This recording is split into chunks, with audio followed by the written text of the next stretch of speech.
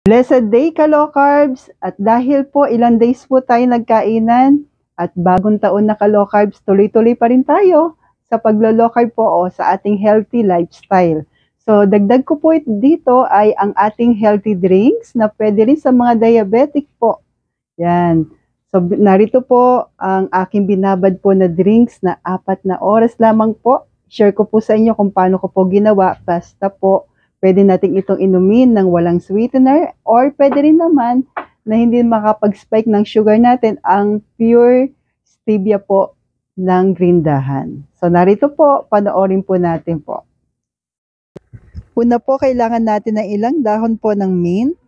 Share ko na rin po yung aking munting halamanan. Konti lang naman po. So, yan po. And start na po tayo. Una, kailangan po natin ng lemon. Pag walang lemon ka low carbs, pwede rin naman pong kalamansi. Hiwain lang natin ng maliliit itong lemon po. And please don't forget to like and follow po para updated tayo sa ating mga low carb meal, low carb bread, low carb kaalaman natin everyday. Thank you po and God bless. So hiniwa lang po natin ito ng maninipis ka low carbs. Yan po. Then magbabad po tayo ng tea or tsaa. Green tea po yung aking gamit dito, mga 3 to 4 po na bags po. Yan, hayaan lang natin ng 3 minuto. Tapos ilagay na po natin sa isang malinis na pitchel po yung ating lemon.